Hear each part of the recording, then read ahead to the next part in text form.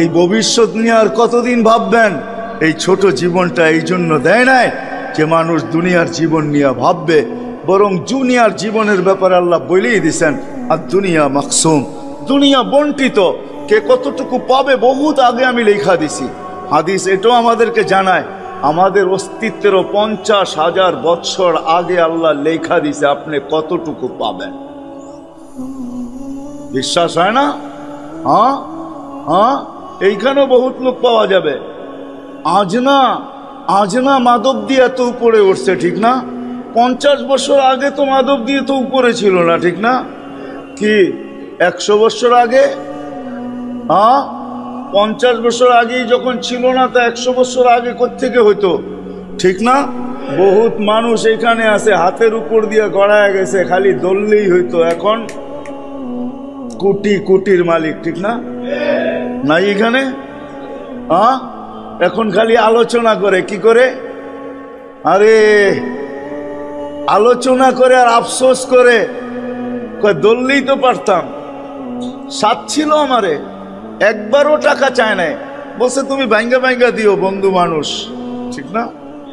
নাই দুই একজন এখানে হাত উঠাইলে বললে হাত অনেকটি উঠবে, এজন্য বললাম না, আছে, কিন্তু আপনি এটা ভাবেন আপনার কপালেই ছিল না। লেখা থাকলে আল্লাহ হাত দিয়া, কুদরতি হাত দিয়ে আপনার হাতে ধরতো আর নিয়ে আপনাকে ধরায় দিত, ধর এটা, এইখানেই ছিল না, এইখানেই ছিল না। আরেকজন মাধবদীর ছিল না, ও বহুত দূরের থেকে আইসা এখন মাধবদীতে বহুত কিছু, ওর বিল্ডিং আকাশের সাথে কথা বলতে চায়, ঠিক না? না নাই এরকম? মাধবদীতে নাই মাধবদীর বাহিরের লোক? না নাই। ওর কপালে লেখা ছিল ওকে ওই নোয়াখালীর থেকে উঠাইছে, মাধবদীতে ফালাইছে, এখন ওর বিল্ডিং মাধবদীতে আকাশের সাথে কথা বলে। নোয়াখালী নাম লইলাম আর কি, রাগ হয়েন না কো।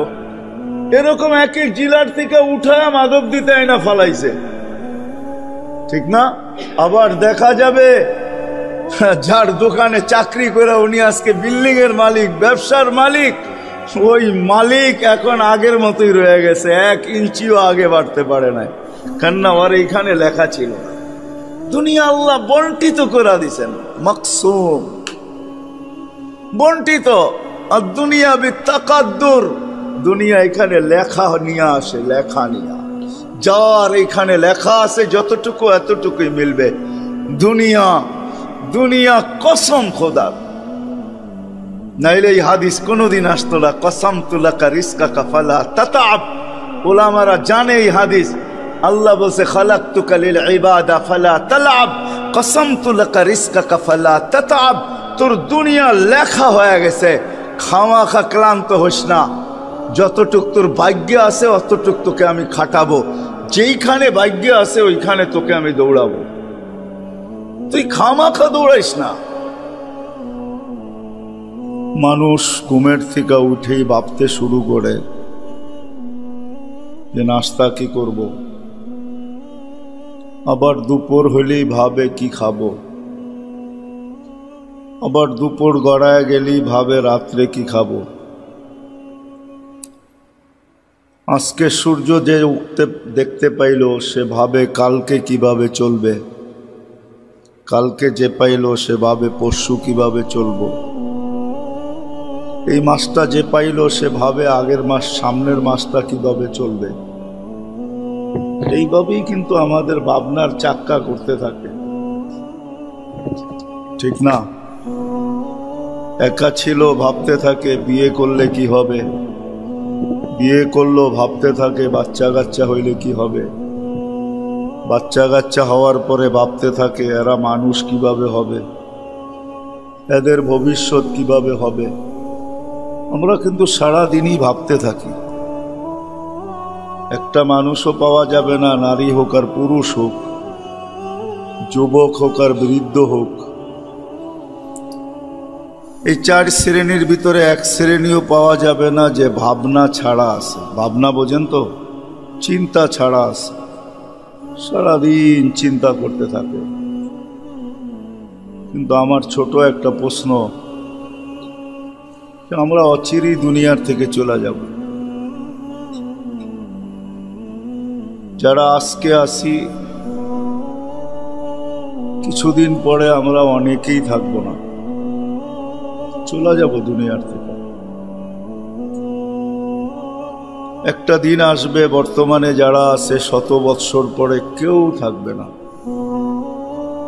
আমাদের 100 বৎসর পিছে যারা ছিল তারা কেউ এখন দুনিয়াতে নেই। 100 বৎসরের মাথায় যে আমাদের সন্তানরাও দুনিয়াতে থাকবে না, আমরা তো দূরের কথা। কিন্তু সারা দিন আমরা ভাবি, সকাল হইলে দুপুর নিয়ে ভাবি, দুপুর হইলে সন্ধ্যা নিয়ে ভাবি, সন্ধ্যা হইলে আবার সকাল নিয়ে ভাবি, আজ হইলে কাল নিয়ে ভাবি, কাল হইলে পরশু নিয়ে ভাবি, এই বৎসর পার হয়ে গেলে আগামী বৎসর নিয়ে ভাবি, ভবিষ্যৎ নিয়ে বর্তমান নিয়ে আমরা ভাবতেই থাকি। কিন্তু আমাদের মধ্যে কজন আছে যে আমরা যে কবরে চলে যাব, কবর নিয়েও কোনোদিন ভাবি যে আমি কবরে কিভাবে থাকব, ভালো থাকবো না খারাপ থাকবো? কবরটা মাটির গর্তই থাকবে, না জাহান্নামের গর্ত হবে, না জান্নাতের বাগান হবে? কয়জন আমরা ভাবি বলেন? এই মসজিদ ভরা মানুষ, এইখানের ভিতর থেকে কয়েকজন বলেন যে দেখি হাত উঠায়া যে আমি ভাবি? একজনও তো আমরা ভাবি না যে মৃত্যুটা আমার কিভাবে হবে, কেমন মৃত্যু হইলে আমি খুশি, এটা নিয়ে তো ভাবি না। কবর নিয়ে ভাবি না, কিয়ামতের মাঠ নিয়ে ভাবি না, জান্নাত নিয়ে ভাবি না, জাহান্নাম নিয়ে ভাবি না। আশা রাখি বটে, মুসলমান হিসাবে সবাই আশা রাখি, জান্নাতে যাইতে চাই।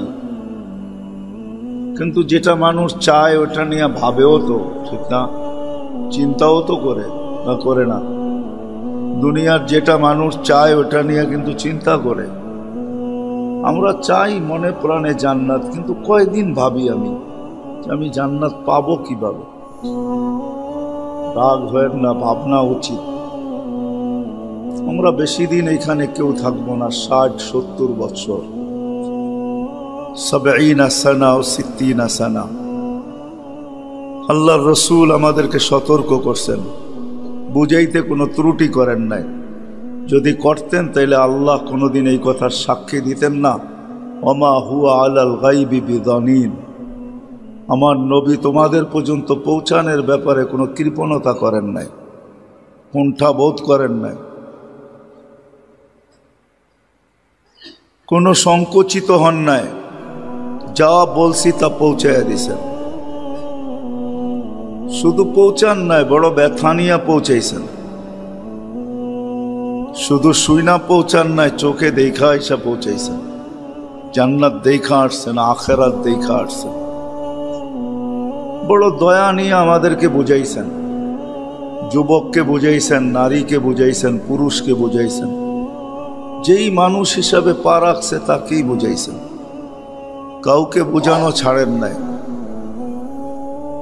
এই জন্য মেরে দোস্ত, বাবা উচিত, যদিও সারাটা দিন এই দুনিয়াটা নিয়ে ভাবতে থাকি, যেটাকে আরেক শব্দে আরেকভাবে বলা যায়, সারাদিন এই শরীরটা নিয়ে ভাবি, আর সারাদিন এই ছোট জীবনটা নিয়ে ভাবি। কেমনে ভালো খাবো, কেমনে ভালো পড়বো, কেমনে ভালো থাকবো, সারাদিন এই ছোট জীবনটা নিয়েই ভাবি। ছোট জীবনের ভবিষ্যৎটা নিয়ে ভাবি। যদিও নাকি এটাই সত্য যে হায়, যে ভবিষ্যৎ নিয়ে আমি ভাবি, এই ভবিষ্যৎ কি আমি দেখতে পাবো কি পাবো না? কত বাপুই তো আছে, সন্তান জন্ম দিল বটে, কিন্তু সন্তানের কোনো সুদিন দেখা যেতে পারে না, ছোট অবস্থায় চলে গেছে। না নাই, বহুত বাপ পাওয়া যাবে দুনিয়াতে। বড় আশা নিয়ে বিয়ে ছিল, বড় আশা নিয়ে সন্তান ছিল, সন্তান হয়েছে বটে, কিন্তু সে কিছুই দেখা যেতে পারে না। ওর ভবিষ্যৎ কি হইল মনে উঠলো। এই জন্য বলতেছি, আল্লাহ কোনো ক্ষেত্রে মালাকুল মউতকে জিজ্ঞাসা করছিলেন, তো তোমার কখনো রু নিয়ে আসতে যে দুঃখ হয়েছে, কষ্ট লাগছে তোমার, তুমি দুঃখিত হইছ? বলছে 2 পর্বে কষ্ট লাগছে। বলছে কখন? বলে একটা পর্ব ছিল, বন্যা চলতেছিল, এক মহিলা কাঠের উপরে বাসতেছিল, ওই সময় তার পেটে বাচ্চা ছিল, প্রসব বেদনা উঠছে আর বাচ্চাও ভূমিষ্ঠ হয়েছে। তখন আপনি বলছিলেন যে মাকে উঠায় নিয়ে আসো। তখন বড় দুঃখ হয়েছে যে বাচ্চাটা করবে তো করবে কি, চলবে তো চলবে কিভাবে, চতুর্দিকে তো পানি আর পানি, এটা তো কাঠের উপরে বাসমান। বলে দ্বিতীয় কখন হয়েছিল? বলে যখন সাদ্দাত জান্নাত বানানো হয়েছে, কমপ্লিট হয়ে যাওয়ার পরে প্রথম পাটা উপরে ঢুকাইছিল আর আপনি বলছিলেন মাটিতে ছোঁয়ানোর আগে উঠায় নিয়ে আসবে। তখন বড় ব্যথা লাগছে যে জান্নাতটা দেখা আসলে কি হইতো। বলছে ওই কাঠের বাচ্চাটাই এই বাচ্চাটা। আমরা সারা দিন ভাবি সকাল হইলে দুপুর নিয়া, দুপুর হইলে সন্ধ্যা নিয়া, সন্ধ্যা হইলে আবার সকাল নিয়া, আজকের ভাবনা কালকের জন্য, কালকের ভাবনা পরশুর জন্য, ভবিষ্যৎ নিয়া ভাবি। হায়, যেটার এক বিন্দু আমার হাতে নাই। সকাল যে পাইছে সে দুপুর পাবে কিনা গ্যারান্টির সাথে বলতে পারে না, দুপুর যে পাইছে সে বিকাল পাবে কিনা গ্যারান্টির সাথে বলতে পারে না, বিকাল যে পাইছে সে সন্ধ্যায় সূর্য ডুবতে দেখবে কিনা সে বলতে পারে না, সূর্য যে ডুবতে দেখলো সে আর কোনোদিন উঠতে দেখবে কিনা এটা কেউ গ্যারান্টির সাথে বলতে পারে না। সত্য তো, যেটা গ্যারান্টি নাই, গ্যারান্টির সাথে বলতে পারি না, ওটা নিয়েই তো সারাদিন ভাবি। কিন্তু মৌতটা তো গ্যারান্টি, ঠিক না? কি বলেন? আমার কথা বোঝেন? মৌতটা তো গ্যারান্টি, ঠিক না? কবরটা তো গ্যারান্টি, ঠিক না? কিয়ামতের মাঠে উঠতে হবে, এটা তো সত্য। হিসাব কিতাব দিতে হবে, এটা তো সত্য। আমারটা আমাকেই দিতে হবে, বাপেরটা ছেলে দিতে পারবে না, ছেলেরটা বাপে দিতে পারবে না। যদি ছেলেরটা বাপে দিতে পারতো তাহলে নূহ আলাইহিস ইসলামের ছেলেরটা নূহ আলাইহিস ইসলাম হিসাব দিতে পারতেন। আল্লাহ বলেই দিয়েছেন, ইন্নাহু লাইসা মিন আহলিক ইন্নাহু আমালুন গায়রু সালেহ। ভাইবো না তুমি হিসাব দিবে, এটা তোমার অন্তর্ভুক্ত নয়। বাপেরটা যদি ছেলে দিতে পারতো তাহলে ইব্রাহিম আলাইহিস ইসলামের মতো খলিলও বাবার হিসাব দিয়া দিত, ঠিক না? কি বলেন? স্বামী যদি স্ত্রীরটা পারতো তাহলে নূহ আলাইহিস ইসলাম তার স্ত্রীরটা দিয়া দিত। স্ত্রী যদি স্বামীরটা পারতো তাহলে আসিয়াও ফেরাউনের হিসাব দিতে পারত। আত্মীয় যদি আত্মীয়টা পারতো তাহলে মুহাম্মদুর রাসূলুল্লাহ চাচার হিসাব দিতে পারতেন। আবু তালেবের হিসাব কেউ কারোরটা দিবে না, আমারটা আমাকেই দিতে হবে, আমারটা আমাকেই দিতে হবে। চাই সেই দাঁড়ানো 50,000 বৎসরের হোক, হিসাব দিতে কারো 50,000 বৎসর লাগবে। আপনার বিবেকে যদি নাও আসে, আপনার বিবেকে যদি নাও আসে, আপনার বিবেকে যদি নাও আসে যে 60 বৎসরের হিসাব নিতে 50,000 বৎসর কেন লাগবে, তাহলে আমি 2-1টা জিনিস আপনাদেরকে দেখাই। এই মাধবদীতে পাবেন বহুত মানুষ ডেলি ডায়ালিসিস করে। ডায়ালিসিস বুঝেন? কিডনি যাদের সমস্যা তাদের ডেলি ডায়ালিসিস হয়। ডেলি না হলেও সপ্তাহে 2 থেকে 3 বার হয়। প্রত্যেকবার ডায়ালিসিসে 4 ঘন্টা সময় লাগে। যান, এইখানে যদি কোনো ডায়ালিসিস সেন্টার থাকে ওকে জিজ্ঞাসা করেন কয় টাকা নেয়। আর ডেলি আল্লাহ কুদরতিভাবে আমাদের প্রত্যেকের শরীরে যাদের কিডনি ভালো আছে 36 বার ডায়ালিসিস করে। 36 বার। আল্লাহ যদি জিজ্ঞাসা করে তোকে ডেলি 36 বার ডায়ালিসিস করতাম, একবার করতে 7 থেকে 8,000 টাকা তোর দিতে হতো, আর আমি ডেলি কুদরত দিয়ে 36 বার করতাম, তুই কি কইরা আসছস বল? 60 বৎসরে ডেলি 36 বার হলে 60 বৎসরে কতবার ডায়ালিসিস হয়? এখানে কিছু যুবক আছে শিক্ষিত দেখতেছি, মোবাইলে সার্চ দিয়া দেখো, ডেলি যদি 36 বার ডায়ালিসিস হয় তাহলে মাসে কতবার হয়, বৎসরে কতবার হয়, 60 বৎসরে কতবার ডায়ালিসিস হয়েছে? ডেলি 1,60,000 বার শ্বাস প্রশ্বাস নেই 24 ঘন্টায়, তাইলে মাসে কয় লক্ষ বার শ্বাস প্রশ্বাস নিছি? 60 বৎসরে কতবার নিছি? ডেলি 550 লিটার অক্সিজেন নেই। এই ওয়েদার থেকে কুদরতি ভাবে 1 পয়সা বিল দিতে হয় না। নারী হোক আর পুরুষ হোক আর যুবক হোক, প্রতিদিন যদি 550 হয়, তাইলে মাসে কত হাজার লিটার আপনি অক্সিজেন নিছেন? 60 বৎসরে কত হাজার লিটার ও কত লক্ষ লিটার আপনি অক্সিজেন নিছেন? এরকম যদি হিসাব নিতে শুরু করে, আমি তো 3টা দেখাইলাম, আরো দেখাইতে পারি। 3টা দেখাইলাম মাত্র। প্রত্যেকটা অঙ্গের পরিচালনা দেখানো যায়, বিজ্ঞানের মাধ্যমেই দেখানো যায় যে প্রত্যেকটা ডেলি কতবার কাজ করে। আল্লাহ যদি এক একটা করে জিজ্ঞাসা করা শুরু করে যে এটার জন্য কি করছিস বল। 550 লিটার অক্সিজেন নিছ, কতবার ডেলি আল্লাহ বলছ। বিল দিছো আর না দিছো তা নিয়ে কোনো আপত্তি নাই, কিন্তু আল্লাহ বলছো কতবার? কি পাওয়ার যোগ্য না? যোগ্য না? 1 লিটার অক্সিজেন জিজ্ঞাসা করেন যে মাধবদীতে হাসপাতালে কত টাকা? 550 লিটার নিছেন ডেলি, তো 550 বার আল্লাহ বলা দরকার ছিল না? ছিল না? 36 বার ডায়ালিসিস হয়, 36 বার কমসে কম কলেমা পড়া দরকার ছিল কি ছিল না? কতবার, কতজন গয়না 36 বার কলেমা পড়ি বলেন?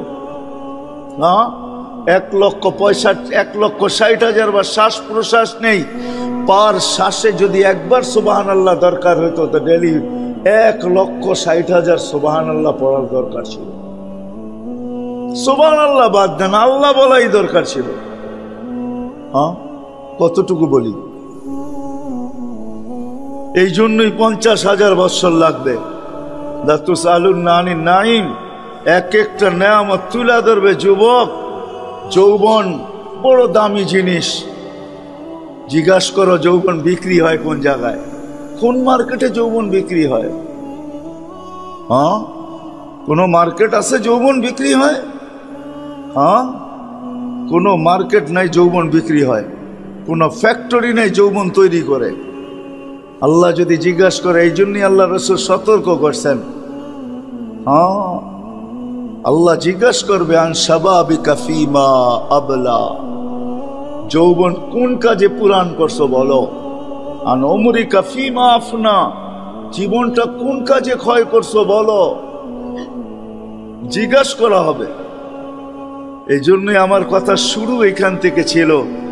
সে সারাদিন ভাবি, কিন্তু এই দেহটা নিয়া আর এই ছোট জীবনটা নিয়া সারাদিন ভাবি। সকালটা নিয়া, সকাল হইলে দুপুর নিয়া, দুপুর হইলে বিকাল নিয়া, বিকাল হইলে সন্ধ্যা নিয়া, সন্ধ্যা হইলে রাত্র নিয়া, রাত্র হইলে সকাল নিয়া, আজ হইলে কাল নিয়া, কাল হইলে পরশু নিয়া, এই সপ্তাহ হইলে আগের সপ্তাহ নিয়া, এই মাস হইলে আগের মাস নিয়া, এই বৎসর হইলে আগের বৎসর নিয়া, ভবিষ্যৎ নিয়া সারাদিন ভাবতে থাকি। আর এই দেহটা নিয়ে ভাবতে থাকি, এই ছোট জীবনটা নিয়ে ভাবতে থাকি। ও মেরে আজিজ, আজ পর্যন্ত তো ঘরের কোনায় বৈশা 2 মিনিট ভাবলাম না যে আমার কবর সত্য, আমার কবরের প্রস্তুতি কতটুকু, আমার আখেরাত বাস্তব, আমি আখেরাতে যাবই যাব, আমাকে কেউ ফিরায় রাখতে পারবে না। কবির কথাই সত্য, যদিও নাকি পালাও তুমি আকাশেতে লাগিয়ে সিঁড়ি, সিঁড়ি লাগেও যদি আকাশে পালায়া যায়, তারপরও মৌত থেকে ভাগা যাবে না। মৌত থেকে ভাগো তুমি, মৌত তোমায় আছে ঘিরি, যদিও নাকি পালাও তুমি আকাশেতে লাগিয়ে সিঁড়ি। কোরআনও বলে ইউদরিকাল মৌত, মৌত তোমাকে ধরবেই ধরবে। আল মৌত লাইসা লাহুল ফাউত, মৌতকে কেউ ওভারটেক করতে পারবে না, মৌতকে কেউ ফাঁকি দিতে পারবে না। আজ হোক কাল হোক, মৃত্যুর কোলে ঢলবেই ঢলবে। নারী হইলেও যাবে, পুরুষ হইলেও যাবে, যুবক হইলেও যাবে, বৃদ্ধ হইলেও যাবে, সবাইকে মৃত্যুর কোলে ঢলতেই হবে। বাচ্চার কথা ভিন্ন। বাচ্চা যদি মারা যায় তো তার কলমই লেখে নাই কিছু, তার কোনো খাতাই নাই, তার হিসাব কিতাবও নাই, সেটা তো ভিন্ন কথা। কিন্তু বাচ্চা ছাড়া যেই বয়সেই আমি যাই না কেন, মৃত্যুর কোলে তো ডলতেই হবে। আজ পর্যন্ত কতবার আমি মৃত্যু নিয়ে ভাবলাম।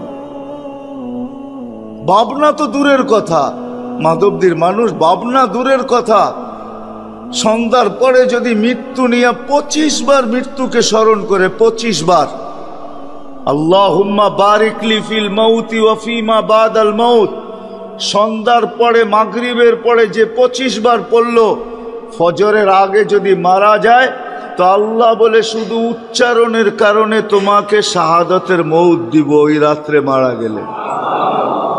শুধু উচ্চারণের ফজিলত এটা। ভাবনার ফজিলত তো আরো আগে, অনেক আগে, যেটা বর্ণনা দিয়ে শেষ করা যাবে না কতটুকু আগে। হ্যাঁ, এতটুকু বলা যায় হাদিসের আলোকে যে ভাবনার কারণে 60-70 বছর ইবাদত করা যেখানে পৌঁছতে না পারত, সামান্য ভাবনা এরও আগে যেয়ে দাঁড়ায় থাকবে, এরও আগে পৌঁছবে। লা তাফাক্কুরু সাআ খায়রুম মিন ইবাদাতি 60 ও 70 সানা। আমাদের নবীজি আমাদেরকে বুঝায় গেছে। এই জন্য কথা লম্বা না, কথা শর্ট। আসেন, আর কত ভাববেন এই শরীরটা নিয়া, আর কত ভাববেন এই দেহটা নিয়া, এই দেহটা নিয়া আর এই শরীরটা নিয়ে, আর কত ভাববো এই ছোট জীবনটা নিয়া। এটা চাইলেও পরিসমাপ্তি ঘটবে, না চাইলেও পরিসমাপ্তি ঘটবে। এই জন্যই কোরআন বুঝাইছে ওয়ালাউ ফি বুরুজিম মুশাইয়্যিদা, তুমি লোহার সন্দুকও যদি রাখো যেইখানে আলো বাতাস দূরের কথা কারো হাত পৌঁছার ক্ষমতা নাই, ওইখানেও যদি রাখো তারপরও মৌত ওইখানে পৌঁছবে আর তোমাকে উঠায় নিয়ে আসবে। ওয়ালাউ ফি বুরুজিম মুশাইয়্যিদা। চলেন না মৌতকে নিয়ে ভাবি, আর কত এই দেহটাকে নিয়ে ভাববো। এটার যা লেখা আছে তা ঘটবেই, যা লেখা আছে তা ঘটবেই। লা ইউসিবানা ইল্লা মা কাতাবাল্লাহু লানা, এটাই সত্য। যা এটার ভাগ্যে লেখা আছে এটা ঘটবেই, এটার থেকে কেউ এটাকে বিরত রাখতে পারবে না। লা ইউসিবানা ইল্লা মা কাতাবাল্লাহু লানা, আল্লাহ বলে দিয়েছেন যা লেখা দিছি তা ঘটবেই ঘটবে। এই জন্যই প্রবাদ বাক্য সত্য, বলে যা ঘটার ছিল তা, যা ঘটছে তা ঘটার ছিল বলেই ঘটছে, যা ঘটে নাই তা ঘটার ছিল না এই জন্য ঘটে নাই। সত্য এটাই, এটার যা ঘটা তা ঘটবেই। এই জীবনে যা পাওনা তা পাবেই, এই জীবনে যা পাওনা তা কি পাবেই। আর প্রত্যেক পাওনার পিছনেই প্রতিদান আছে, প্রত্যেক পাওনার পিছনেই পরীক্ষা আছে। গরিবকেও গরিব বানাইছেন এই জন্য যে সহজে জান্নাত হাত দিয়া নিতে পারে, সহজে জান্নাত হাত বাড়ায়া নিতে পারে। এই জন্য গরিবকে গরিব বানাইছেন, সেই জন্য সহজে জান্নাত নিতে পারে। আপনি বলবেন সহজে জান্নাত মানি, গরিবের জন্য লেখা আছে আমিনু আলা রাব্বিকুম সাল্লু খামসাকুম সুমু শাহরাকুম মুতু আদখুলু জান্নাত রাব্বিকুম। ঈমান বানাও, নামাজ পড়ো, রোজা রাখো, মরো আর সিধা জান্নাতে ঢোকো। আবার গরিবকে গরিব বানাইছেন এই জন্য, এই পরীক্ষার জন্য যে সে গরিব অবস্থায় কি করে দেখি। সে আমার উপরে আঙ্গুল উঠায় না আলহামদুলিল্লাহ বলে যে আমার জন্য জান্নাত পাওয়া আল্লাহ সহজ করে দিছেন। কিয়ামতের মাঠে আমাকে দাঁড়াইতে হবে না, কেননা গরিবকে কিয়ামতের মাঠে দাঁড়াইতে হবে না। গরিবের জন্যই ঘোষণা হবে, কি ঘোষণা? গরিবের জন্যই ঘোষণা হবে ইনতালিকু ইলাল জান্নাতি বিগাইরি হিসাব ওয়ালা কিতাব। তোমার না হিসাব আছে না কিতাব আছে, চলো সিধা জান্নাতে চলো। তামাত্তাউ 500 আম, 500 বৎসর জান্নাতের নেয়ামত ভোগ করো। দুনিয়ালারা 60-70 বৎসর করছে, আর দুনিয়া করছে, দুনিয়ারটা করছে, খাইছে কি আর বাহির হইছে কি, ও খাওয়াটাও চোখে দেখছে, যেটা বাহির হইছে ওটাও চোখে দেখছে। না দেখে নাই, মনে হয় বুঝাইতে পারি নাই, ভাঙ্গা বললাম না আর কি। সব কথা তো ভাঙ্গা বলা যায় না, এই জন্য ইশারায় বললাম খাইছে কি আর বাহির হইছে কি ওটা চোখে দেখছে। আর যখন বাহির হইছে তো নাকে আর রুমালি ছিল, আর অন্য কিছু ছিল না, ঠিক না? ওটাই ওর সুগন্ধি দুর্গন্ধ হয়ে বাহির হয়েছে, ঠিক না? তুমি জান্নাতেরটা 500 বছর খাবে, যেটা দুর্গন্ধ হবে না। জান্নাতে দুর্গন্ধ নাই, পেশাব নাই, পায়খানা নাই, জান্নাতে থুতু নাই, জান্নাতে নাকে কানের দুর্গন্ধ নাই। জান্নাত তো পবিত্র জায়গা, খাবে ডেউক দিবে খালি হয়ে যাবে, আর ডেউকো হবে এরকম সুগ্রাণ, পুরা জান্নাত সুগ্রাণে মোহিত হয়ে যাবে।